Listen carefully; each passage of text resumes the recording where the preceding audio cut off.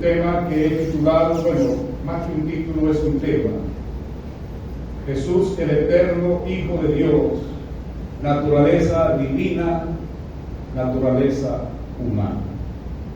Jesús, el eterno Hijo de Dios, naturaleza divina, naturaleza humana. Cuando nosotros pensamos en Dios y buscamos una definición en la Biblia de Dios, la que encontramos es la que Él le dijo a Moisés: yo soy. ¿Y quién eres tú? Yo soy. Yo soy el que soy. Es decir, Dios existe por siempre y para siempre. Y en esa respuesta de Dios no vemos un detalle de sus características, no vemos a Dios diciéndole a Moisés: bueno, escribe allí que te voy a explicar detalladamente quién soy yo.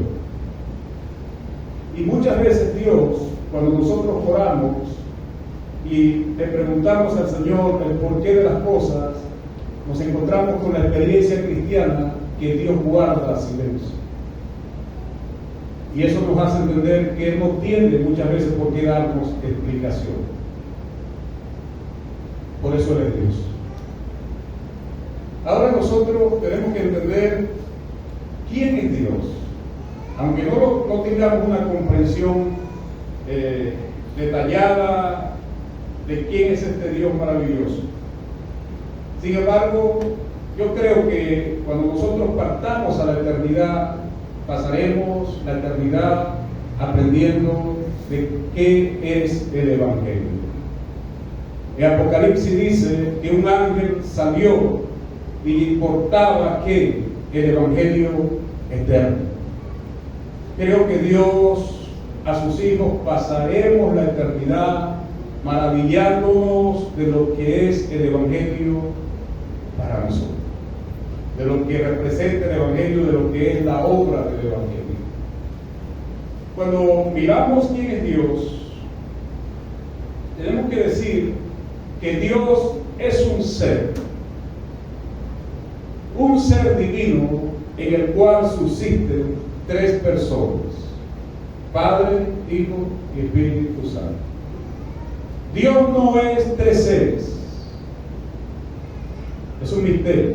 Dios es un ser, por eso es Dios, en el cual subsisten las tres personas de la deidad: el Padre, el Hijo y el Espíritu Santo de Dios. Amén. Por eso el evangelio humanista que se vende hoy en día en muchas partes, haciéndole ver a las personas que Dios creó al hombre porque Dios estaba muy solo y necesitaba compañía, es la más grande herejía que alguien puede decir. Porque ya Él estaba en una eterna compañía, tres personas: Padre, Hijo y Espíritu Santo. Y en Génesis dice: hagamos al hombre. ¿Quiénes? Padre, Hijo y Espíritu Santo. ¿Necesitaba Dios de compañía? No. Él tenía comunión por toda la eternidad y la tiene. Amén. Ahora, la razón por la cual hizo al hombre es otra cosa que vamos a tocar esta noche. Pero quiero que entienda que Él no necesitaba compañía. Él vivía, existía. Si algo se puede llamar eternidad, que no sabemos, ya Él vivía en una eterna compañía. Usted, cuando revisa los evangelios, sobre todo el evangelio de Juan, se encuentra con aquella oración de Jesús que dice: Padre, vuélveme a esa gloria que yo tenía contigo antes que el mundo fuese. Es decir, el Padre y el Hijo vivían en una eterna relación de gozo entre los dos y el Espíritu Santo. Ahora, si decimos que Dios es un ser, tenemos que acompañarlo con esta palabra: es un ser divino. Amén.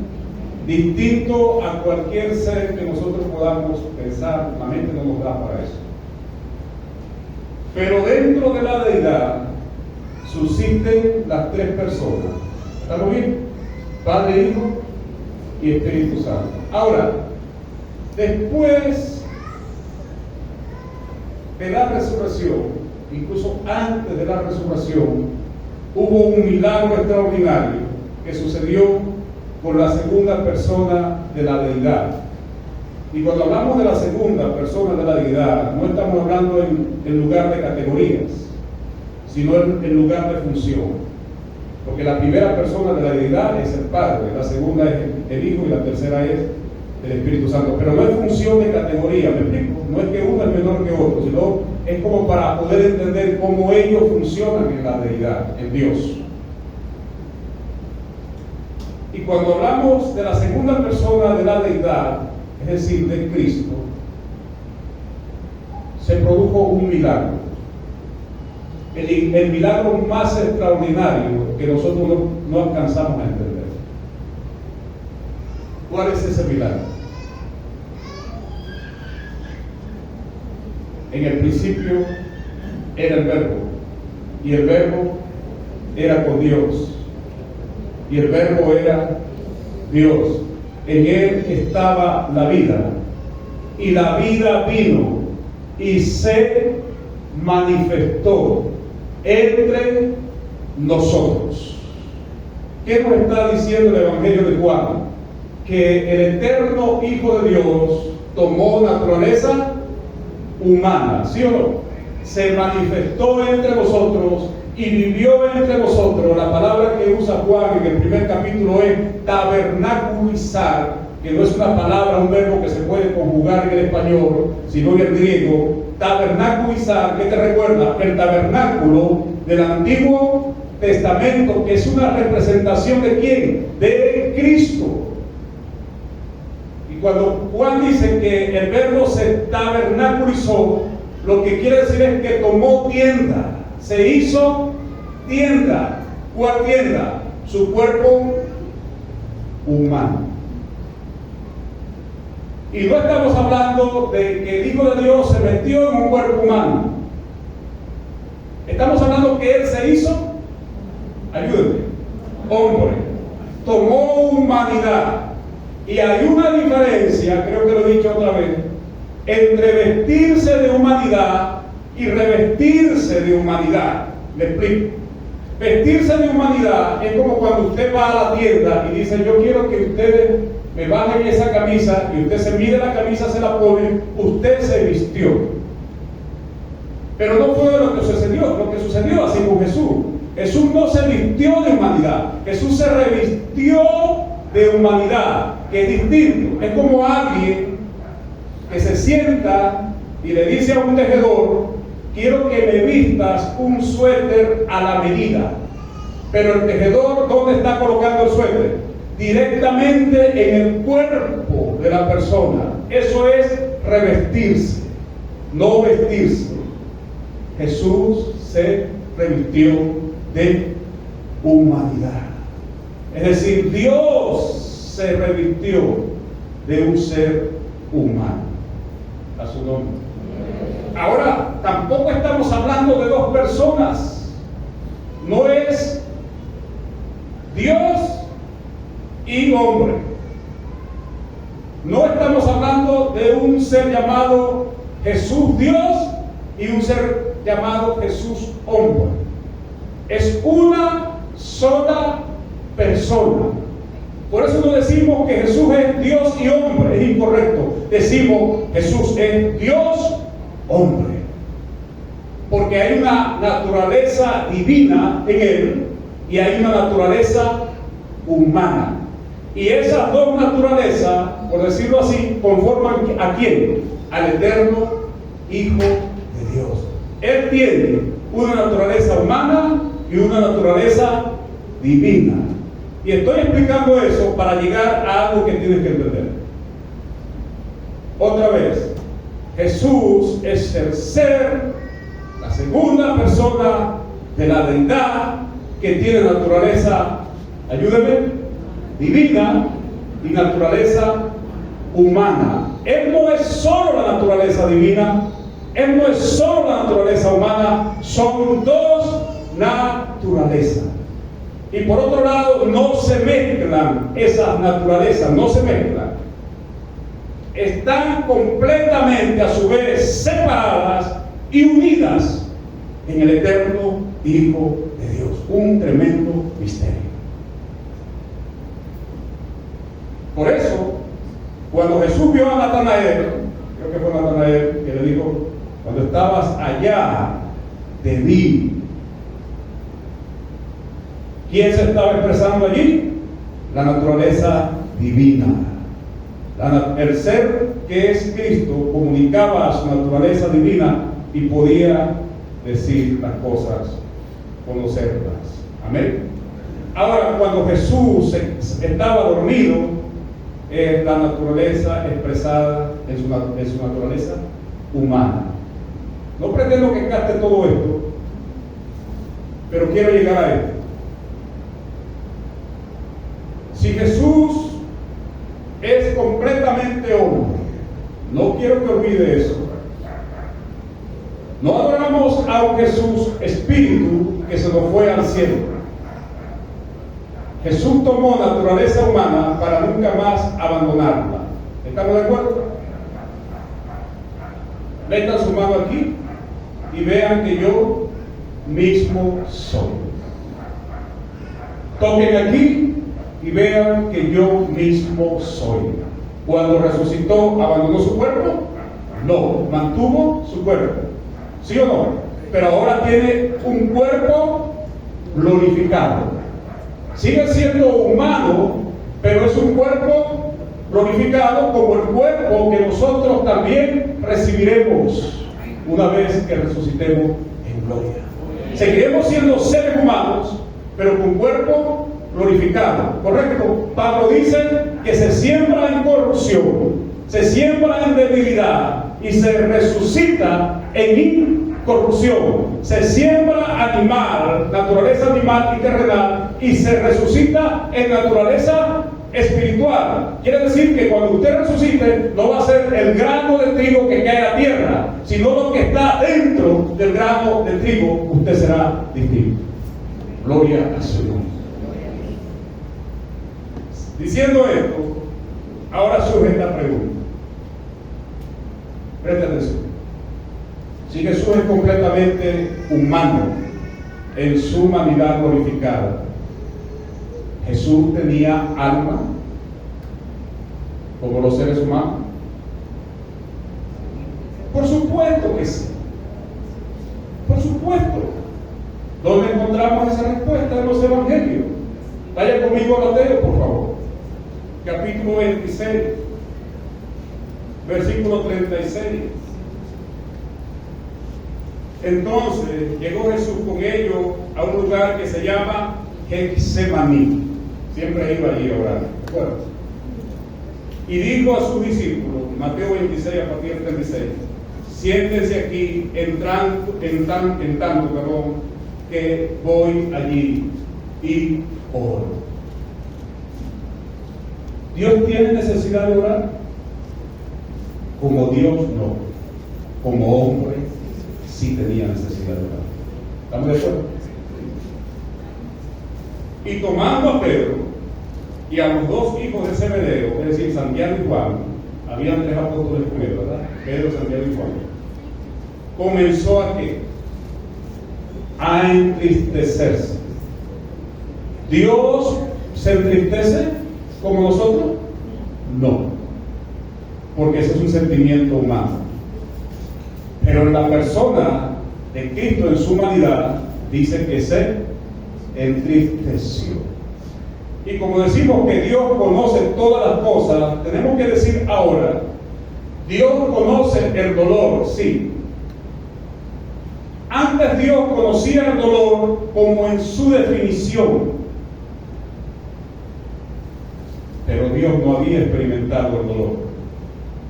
Lo conocía en su definición, como usted conoce alguna cosa y usted sabe lo que es, pero usted no lo ha experimentado.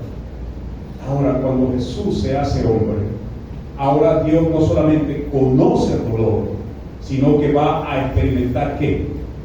El dolor. ¿Estamos de acuerdo? ¿Y por qué se entristeció? Y angustiarse. en gran manera. ¿Ha pasado usted por alguna angustia como ser humano? Muchas veces. Jesús, como ser humano, conoce la angustia y estará con nosotros en la angustia. No olviden nunca eso. En todas las angustias de nuestra vida, el Señor está allí presente. He aquí, yo estaré con ustedes todos los días. Y luego dice el 38, la respuesta de mi pregunta: ¿Jesús tiene alma? Sí. ¿Qué dice Jesús? Mi alma está muy triste.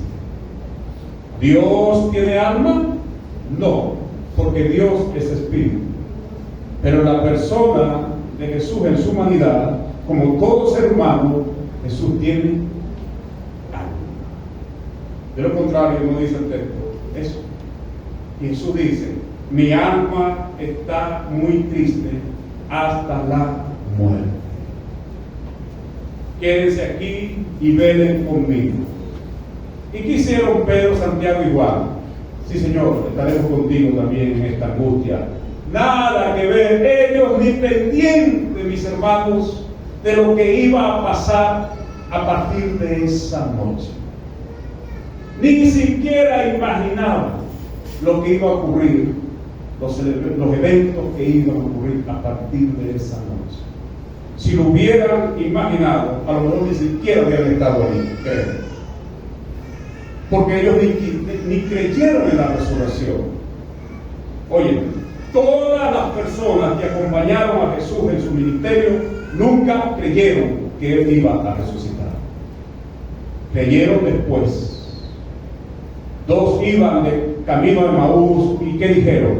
Nosotros pensábamos que Él era el Mesías, pero hace ya varios días que ha muerto. Ellos no creían que el Mesías iba a venir para morir. ¿Y quiénes iban con ellos camino a Emaús? Jesús. Y luego se les revela y les habla por las Escrituras todo lo que iba a ocurrir con el Mesías. Amén. Así que tenemos este cuadro interesante. Jesús está diciendo: mi alma está muy triste hasta la muerte. Quédense conmigo y velen conmigo. ¿Qué necesitaba Dios, mejor dicho, Jesús en ese momento? ¿Qué necesitas tú cuando te sientes angustiado, cuando te sientes triste? Compañía. ¿Sí o no? Alguien que te pueda escuchar, alguien al cual tú le puedas contar lo que te está ocurriendo. Él está expresándoles a ellos: mi alma está muy triste, está en gran angustia, quédense aquí conmigo y velen conmigo, compartan mi dolor, compartan mi angustia. ¿Y qué hicieron ellos? Se durmieron. Así que tenemos al Hijo de Dios en su humanidad experimentando tristeza, desolación, angustia, soledad. Nadie había en ese momento a su lado. ¿Te das cuenta? Porque el Señor nos comprende a nosotros.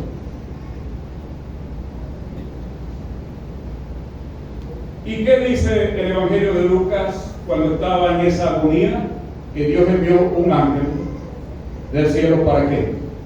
Para fortalecerlo. Imagínate. No encontró ayuda humana, no encontró aliento en sus compañeros de ministerio, en los que estuvieron con él 3 años para arriba y para abajo, que vieron sus milagros, que vieron sus hazañas. En ellos no encontró ningún consuelo, ninguna ayuda, ninguna compañía, estaban ajenos. Y Dios tiene que enviar un para fortalecer a su vida. Los evangelios no nos dicen lo que el ángel le dijo, ¿verdad? No podemos probarlo. Pero la Biblia dice que fue enviado un ángel para fortalecerlo. Y para tú tener fortaleza es porque alguien está a tu lado, te ha dicho algo. No sabemos qué le dijo el ángel, pero podemos deducir lo que le dijo. Una cosa es la interpretación bíblica y otra es la deducción bíblica. Podemos deducir lo que el ángel le dijo, y quiero que vayan conmigo a Hebreos capítulo 5, versículo 7.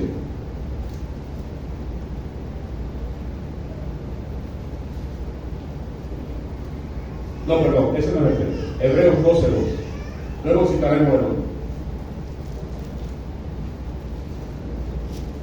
En Hebreos 12:12 nos dice: puesto los ojos en quién, en Jesús, el autor consumador de nuestra fe.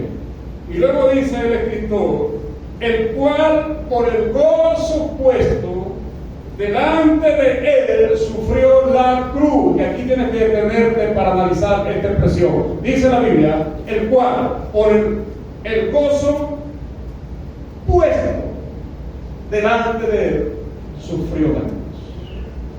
¿Qué gozo hay en sufrir una cruz? Ninguna. Pero la Biblia dice: por el gozo puesto delante de él sufrió la cruz. Y cuando vas, a Isaías capítulo 53, te encuentras con él. Después que mi siervo haya puesto su vida en expiación por mucho, verá linaje. Verá el resultado de su sufrimiento. Es lo que está diciendo Isaías. Por eso podemos llegar a esta deducción, tomando Hebreos, tomando Isaías 53, de una u otra manera. El ángel tuvo que expresarle al Señor: Señor, tienes que ir a la cruz, porque si tú vas a la cruz, verás linaje, verás a los redimidos, mira lo que vas a lograr. ¿Por qué estamos nosotros aquí esta noche? Porque hubo uno que fue a la cruz. Por el gozo puesto delante de él, fue a la cruz. Es decir, Jesús vio el resultado de su sufrimiento en la cruz. El pueblo que se iba a levantar, los salvos, los redimidos, los escogidos de Dios.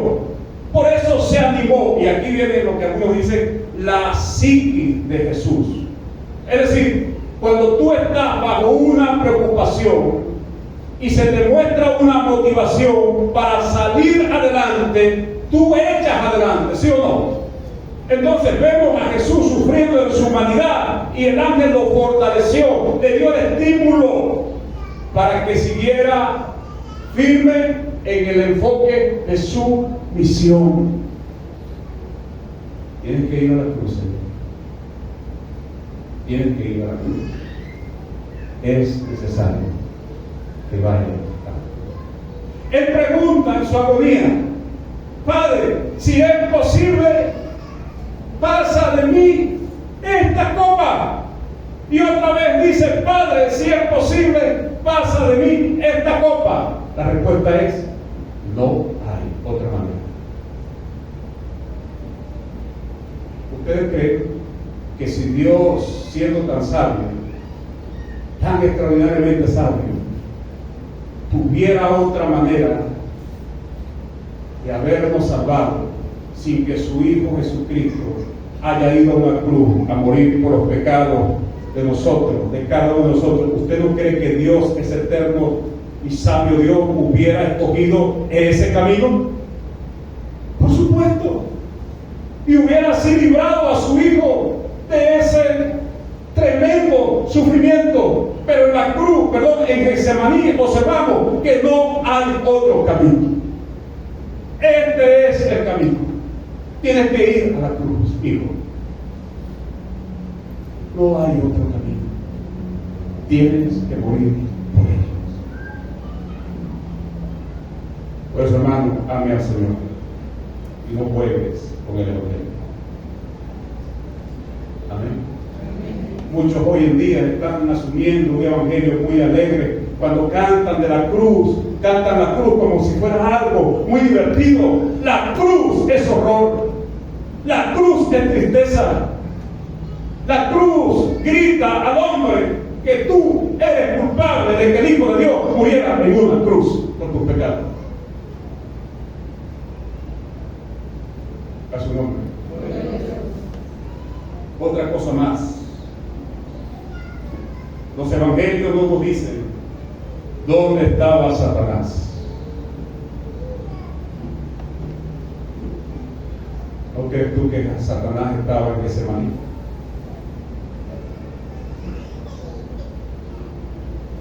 Cuando Jesús tenía pocos años y era un bebé, quiso matarlo, ¿sí o no?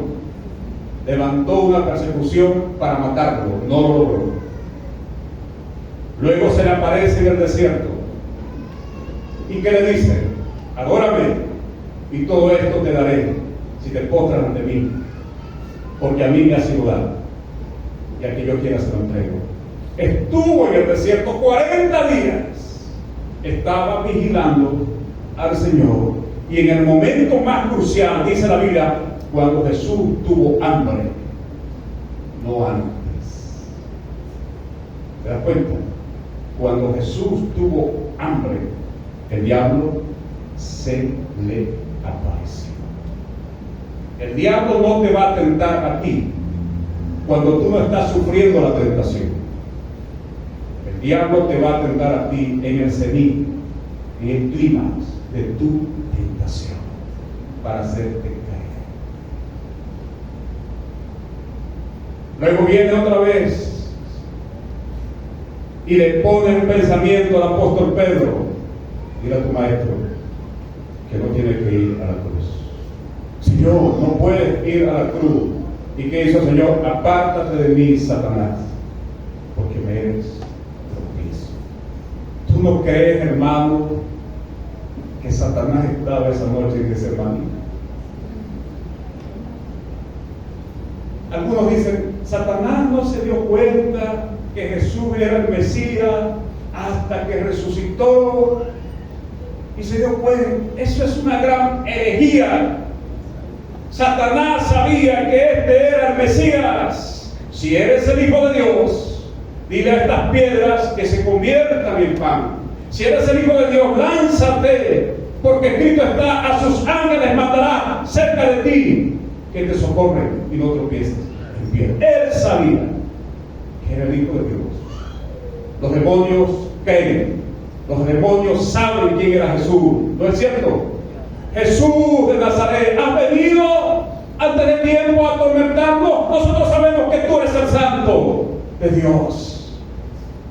Satanás sabía que él era el Hijo de Dios, y va a hacer todo lo imposible para detener que él vaya a la cruz, porque sabía que si iba a la cruz, derrota total. Pablo habla de eso cuando dice: Jesús triunfó en la cruz y exhibió públicamente que los principados, las potestades en la cruz. Satanás sabía el precio de su derrota. Aunque no podemos asegurar, sino deducir, otra vez, este ser estaba allí. Quiero que vaya conmigo a Hebreos 5:7.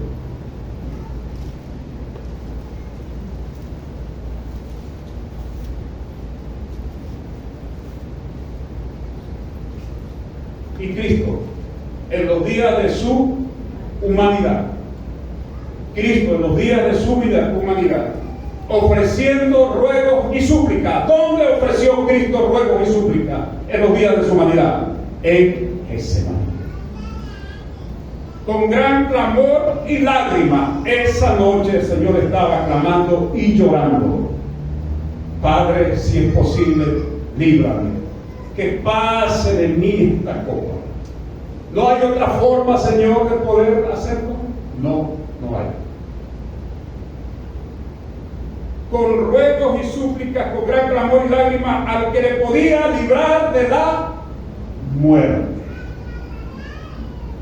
Fue oído a causa de su temor reverente. Y cuando miras ese pasaje, tienes que preguntarte: ¡Qué muerte! ¡Qué muerte! Está diciendo el autor que Jesús estaba clamando al que le podía librar de la muerte. Porque primero, si observan los evangelios, históricamente Jesús murió, ¿sí o no? Entonces no es esa muerte a la cual él estaba clamando diciendo, líbrame de la muerte. Porque si fuese así, luego los evangelios aseguran que fue oído a causa de su temor reverente, entonces no hubiera ido a la cruz. ¿Me está siguiendo? Entonces no es esa muerte, y ahorita vamos a mirar de qué muerte se trata. Pero quiero que preste atención que el texto dice, es el texto, ¿no? La muerte, no una muerte. Cuando usted dice, el hermano Lorenzo pasó con la camioneta, usted se refiere a mi camioneta, no hay otra camioneta, ¿sí o no? Ahora, si usted dice, por ahí pasó una camioneta, cualquier camioneta, ¿sí? Así que el artículo que está allí no es una muerte, sino la muerte, artículo definido, para decirnos que esa es una muerte de tipo específico o específica. Y tenemos que saber esta noche cuál es esa muerte. ¿Estamos de acuerdo? Amén. ¿Está conmigo? No se preocupe, si no entiende algo, entenderá en el cielo. Amén. Puede ser que haga uno esta noche, las neuronas están, pero no se preocupe. Ahora, yo no puedo afirmar categóricamente, ninguno puede afirmar categóricamente qué le dijo Satanás, así como no podemos asegurar qué le dijo el ángel, pero sí podemos deducir. Aunque los evangelios no tomaron tiempo para mirar esto, es muy importante entenderlo esta noche. Le dijo, si eres el Hijo de Dios, di que esas piedras se conviertan en pan. ¿Por qué está Jesús agonizando esa noche en su humanidad? No en su deidad, en su humanidad. Porque él sabía lo que iba a ocurrir cuando fuese a la cruz. La muerte. Él estaba clamando, Padre, si es posible, pasa de mí este tipo de muerte. La copa se refiere a algo de eso. Así que podemos deducir a este ser malvado al lado de Jesús, porque muchas veces estuvo en su ministerio, creo, tratando de sacar del medio. Pero yo puedo deducir algo así para que tengas una idea, yo también. ¿Vas a morir, Jesús? Por esos, mira cómo están dormidos. Por eso piensas dar la vida. Esos que ni siquiera pueden estar contigo en este momento de dolor.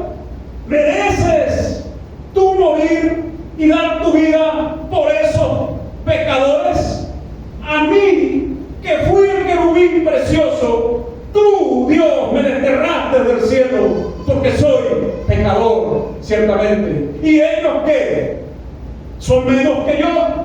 ¿Por qué no regresas al cielo y que te adoren los serafines y los querubines y te olvidas de este plan de salvación? Jesús está agonizando en oración allí. Por eso, mis amados hermanos, tienen que entender esto. En la cruz no hay agonía, en la cruz hay dolor. La agonía se vive en Getsemaní. A su nombre. Es en Getsemaní donde Cristo primeramente logra la victoria. Es en Getsemaní donde el Señor se da cuenta que tiene obligatoriamente que ir a la cruz por nuestros pecados. Getsemaní revela agonía, la cruz revela su dolor. A su nombre. Pero como ya dije, Jesús, el eterno Hijo de Dios, tiene naturaleza divina, naturaleza humana. La naturaleza divina le está comunicando a la naturaleza humana: tú tienes que ir a la cruz. No hay otro camino. Y dicen los evangelios que después que oró 3 veces, se levantó y estaba fortalecido. Por eso es importante orar. Los cristianos que no oran pierden de vista el cielo. Los cristianos que no oran se refugian en sus sentimientos que los van a llevar a una profunda depresión.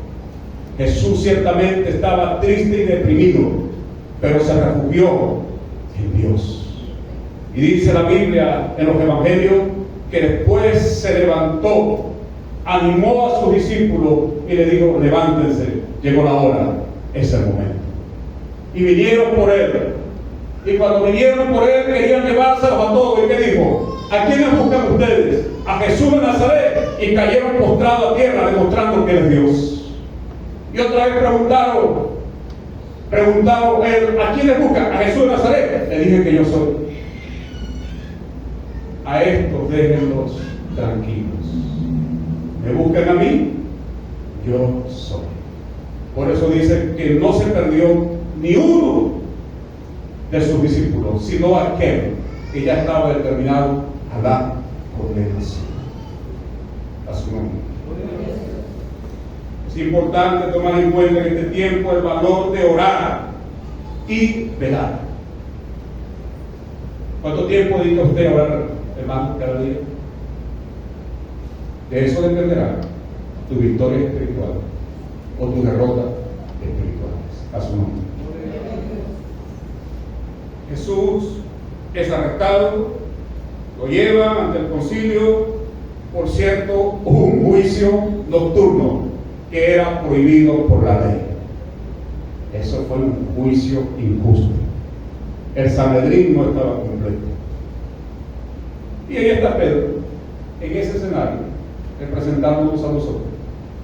Nosotros que decimos: sí, Señor, este año te voy a servir. Viene una guachafita, ya estamos fuera. A su nombre. Ahí está Pedro, el que dijo: yo seré el primero, Señor, de defenderte. Si alguien se mete contigo, este pecho está aquí para recibir las balas. ¿Sí o no? Y en el momento, adiós, promesa. Cuán misericordioso es el Señor con nosotros, que tantas cosas le hemos prometido al Señor y muchas veces no las hemos cumplido. Y nos sigue amando con amor eterno a su nombre. Ahí está Pedro, sale la criada: oye, tú eres uno de ellos. No, yo. Estás confundida. Sale otra criada: pero tú andabas con Jesús de Nazaret. No, usted está equivocado. Luego se van a calentar con los hermanos que amigos: oye, tú hablas como él. ¿Sabe cuál fue el pecado de Pedro? Perjurio, que es saber la verdad y no decirla. Usted ha visto eso en el escenario de las películas, ¿no? Pone las manos sobre una Biblia y diga que usted jura decir la verdad y nada más que la verdad. Y la persona pone la mano sobre la Biblia y dice, levantando la otra mano: lo juro. Y si miente, hay un juicio legal. Pedro cometió el más terrible de los pecados que alguien puede cometer cuando conoce al Señor y luego lo niega. No dijo la verdad. Eso es perjurio. Por eso su pecado es más terrible que el pecado de Judas. Porque Judas ciertamente lo traicionó y lo vendió, pero Pedro, conociendo la verdad, la negó. Y sin embargo, Dios fue misericordioso y lo salvó. Gloria a su nombre. Hermano, el Evangelio es profundo. Amén. Muy profundo. Y todo lo demás que vemos así, aquí, vamos a la cruz un momento. Mateo capítulo 27. Perdone que me alargue un poquito, pero quiero que entienda esto.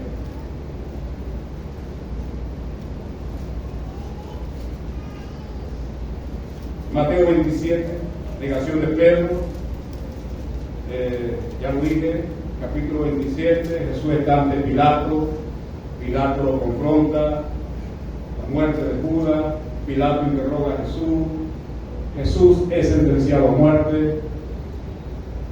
¿Cuál es la causa por la cual los romanos sentencian a Jesús a la muerte? Porque había que tener una causa, ¿sí? La causa es sedición, que quiere decir, te estás oponiendo al César. Los romanos, para ellos, el César era su rey, ¿sí o no? Que otro dijera que era rey, eso era sedición, causa de ejecución mortal. Por eso, Pilato encuentra esta justificación. ¿De qué lo acusamos? De sedición. Y por eso mandó a escribir, ¿verdad? Jesús, rey de los judíos, para decir, es un sedicioso, uno que está contra el imperio. Así que el Señor, observa, pasa la noche en Getsemaní con aquella terrible agonía, lo toman en la noche, toda la madrugada, expuesto al escarnio, lo golpeaban, lo abofeteaban, le escupían el rostro, sin comer. Luego lo llevan a juicio, otra vez ante Pilato, sin comer todo el día. Luego lo llevan a castigarlo. Y los romanos, que no son los judíos, porque los judíos el castigo era 40 varas menos 1, 39 azotes. Los romanos no. Y los romanos, para castigar a un reo, se embriagaba. Y cuando le llega a este reo, ¿quién es este? Este es un Galileo que está diciendo que él es rey. Ese romano llenaba en cólera y en ira. Este es el rey. Nosotros tenemos un rey. César es el Señor. Y se ensañaba contra los sediciosos. Así que el castigo de Jesús es como lo describe la película de Elvis. Porque cuando ya no pudieron por la espalda castigarlo y destrozarlo, lo voltearon y ahora por su pecho. Jesús terminó destrozado en su humanidad. Por ti, por cierto, y por ti. Esas marcas están en él. Mete tu mano aquí. Mete tu mano aquí. Y si se hubiera quitado la camisa, digo yo, que vean mis marcas. Que yo mismo soy. Jesús ha llevado, arrestado. Y estos tipos eran expertos en crucificar, ¿sabes? Y extendían el brazo, los brazos del crucificado al extremo. ¿Saben por qué? Para que cuando lo levantaran, el crucificado no podía respirar lo suficiente y entrara en paro respiratorio. Pero también eran expertos en buscar el tendón que había, no aquí, era aquí. Si hubiera sido aquí, se desgarra, era aquí. Fijaban la mirada y ¡pum! De un golpe.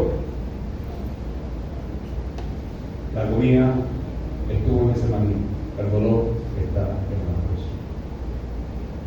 Los pies cruzados, la misma experiencia, ¡pum! Un golpe. Y el clavo traspasaba los dos pies y se fijaba al maletón. ¿Y cuándo lo levantaban? ¿Lo levantaban con bondad? ¿Con cuidado? No, jalaban de unas sogas. Había mollo y cuando levantaban la cruz caía, ¡pum!, con un peso extraordinario. Y el crucificado sentía el impacto de todo. Ahí está Jesús, sufriendo por ti, sufriendo por mí. Esto no lo puedo explicar teológicamente, tengo que escribirlo así, para poder acercarme a algo de lo que pasó por ti y por mí.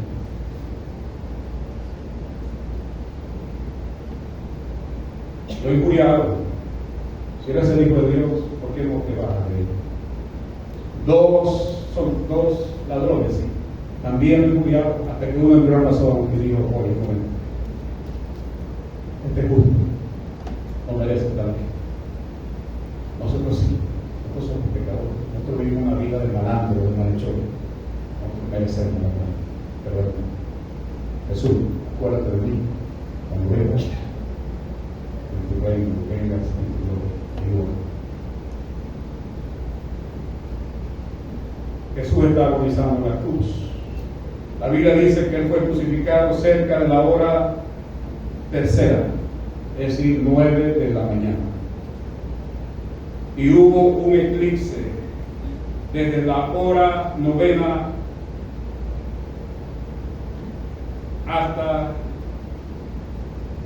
desde la hora sexta hasta la hora novena, desde las 12 del mediodía hasta las 3 de la tarde, hubo un eclipse. Y está el Señor, saca la cuenta desde muy temprana hora, 3 de la tarde, y Jesús en la cruz. ¿Cuándo clama el Señor: Dios mío, ¿por qué me has desamparado? ¿Cuando empieza el eclipse? ¿En medio del eclipse o al final del eclipse? ¿Te has dado cuenta de ese detalle? No, ¿verdad? Vamos a mirar.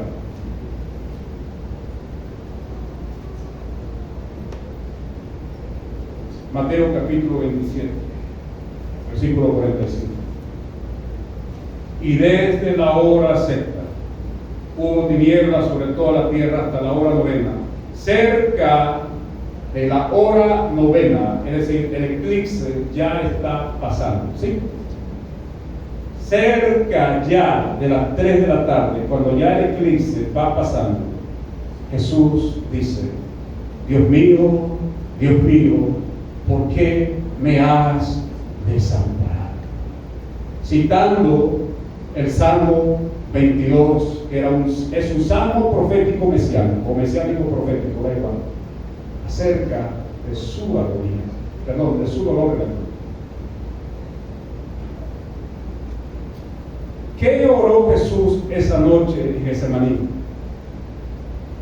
Padre, si es posible, pasa de mí esta copa. ¿Qué dice Hebreos capítulo 5?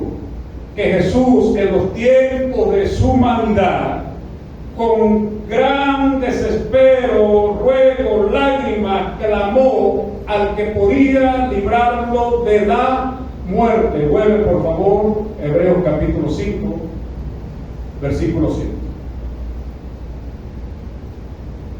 Dios mío, ¿por qué me has abandonado?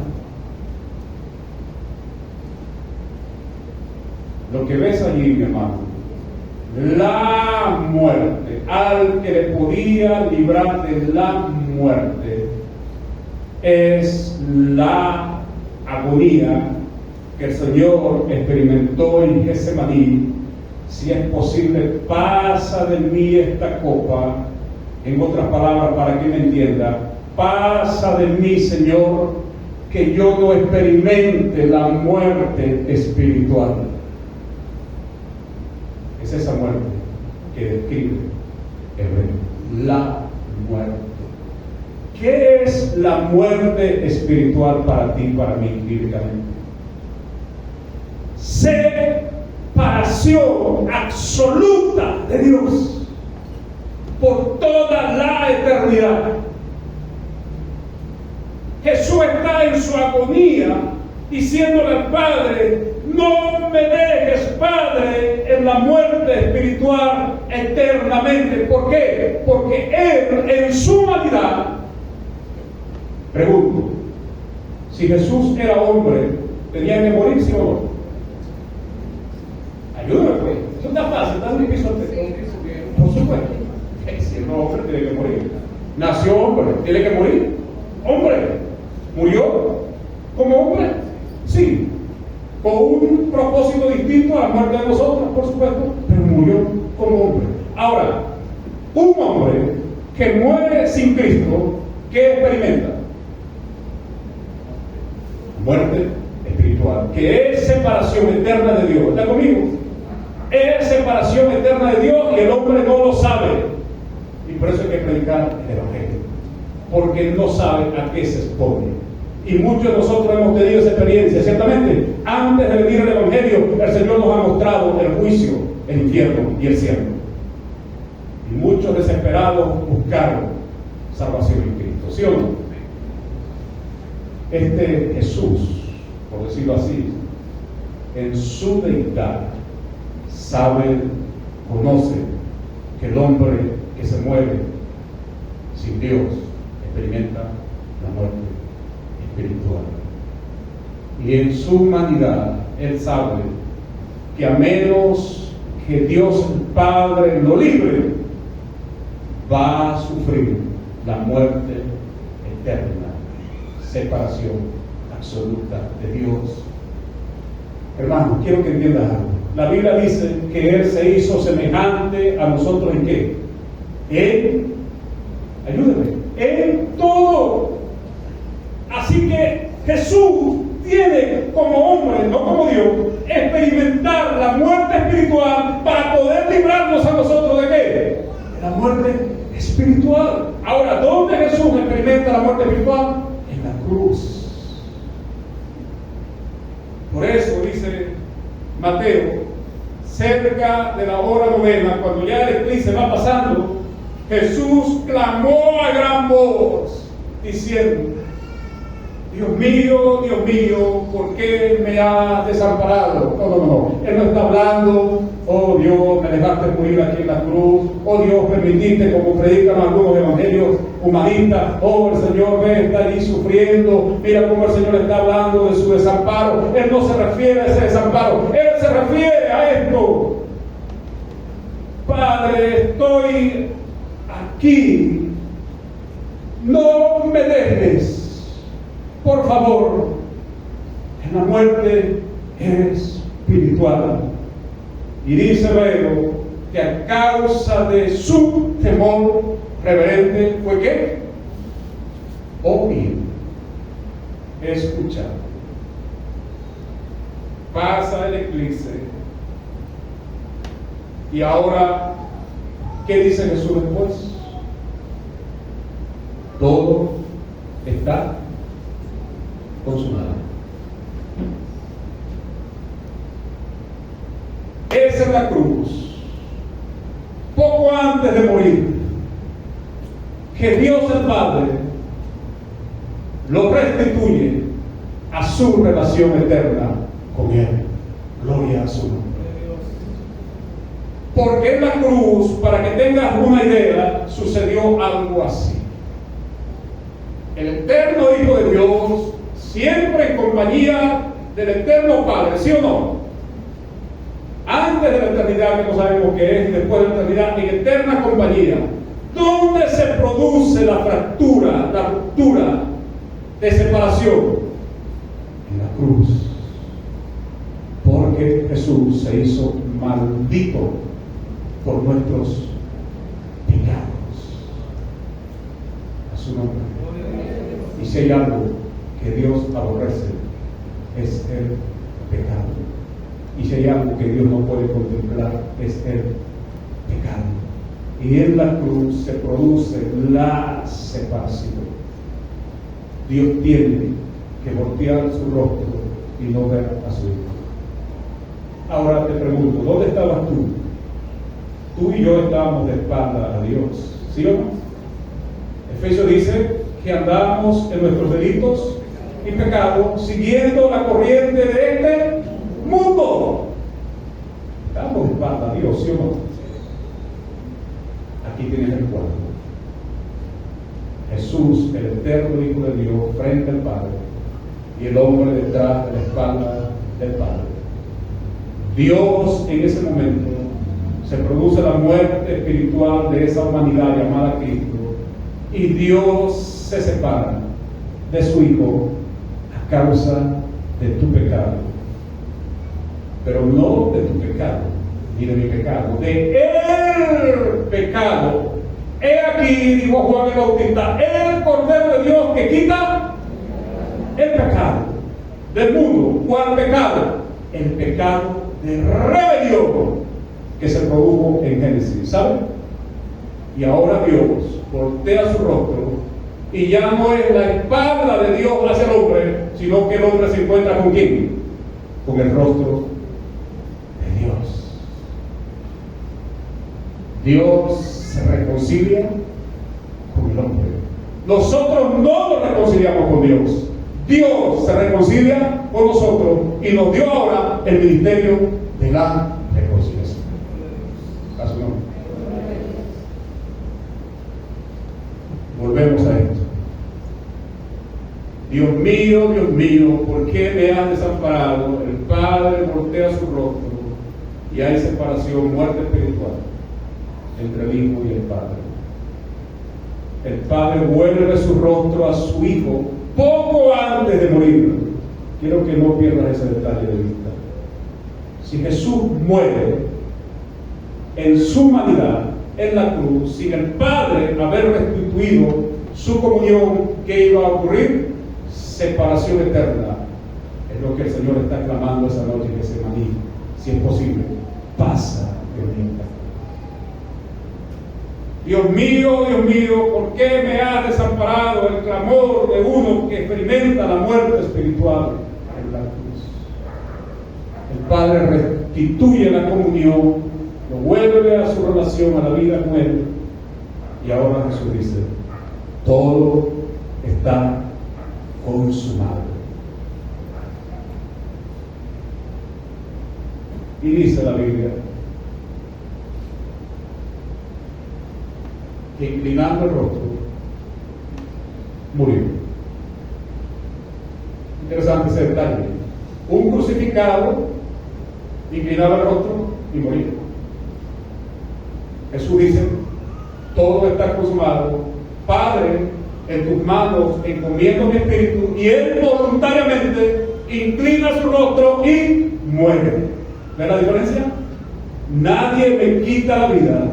Yo soy Dios, yo mismo la pongo y yo la vuelvo a tomar. En la cruz Jesús entregó su vida voluntariamente. ¿Entiendes? Vienen los soldados, ya estoy terminando, y le quiebran las piernas a uno de los ladrones. Algunos dicen que eso era un acto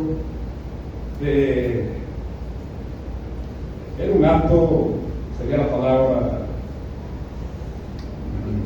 se me fue la palabra, era un acto terrible de maldad. No. Ese era un acto de misericordia. En serio. Cuando el soldado romano pasaba y le quebraba las piernas al crucificado para que muriera más rápido, así el crucificado no tenía de dónde sostenerse en sus piernas y quedaba colgando de sus brazos, y así entraba más rápido en un paro respiratorio y moría. Acto de misericordia. Cuando va a Jesús, ¿qué pasa? Está muerto. Hermano, Jesús experimentó en la cruz no solo la muerte física, antes experimentó la muerte espiritual por nosotros, para poder librarnos a nosotros de la muerte espiritual. Y es así con nosotros, y con esto termino. Lo mismo. Usted está estaba muerto en delitos y pecados. ¿Sí? ¿Qué es eso? Muerte espiritual. ¿Sí o no? Ahora vienes a Cristo y te da vida eterna. ¿Correcto? ¿Estamos bien? Y después vas a tener que morir físicamente. Y después vas a resucitar. Jesús lo mismo. Jesús en la cruz, poco antes de morir físicamente, experimenta lo que tú y yo experimentamos: separación de Dios. Dios lo restituye a la comunión y luego dice consumado es y muere físicamente y luego resucita en gloria, semejante a nosotros. Y si hay algo por lo cual tú te tienes que alegrar esta noche, es por eso. El eterno Hijo de Dios se ofreció voluntariamente para que nosotros esta noche tengamos vida eterna. Y esto que vamos a conmemorar es el recordatorio de lo que ocurrió en la cruz. Amén. Oremos esta noche. Padre, muchas gracias.